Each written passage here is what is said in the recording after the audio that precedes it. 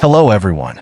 Today I will solve the problem of Nvidia display settings not available in Nvidia control panel. It's very simple. Everyone follow along.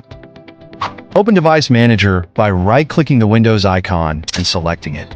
Expand the Display Adapter section to locate the Nvidia GeForce driver. Right-click the Nvidia driver, select Disable Device, confirm with Yes, then re-enable it by clicking Enable Device. Right-click the Nvidia driver, choose Update Driver, and select Search automatically for updates. Open Services via the Windows search bar. Locate Nvidia Display Container LS, set its startup type to Automatic, click Apply, then start the service.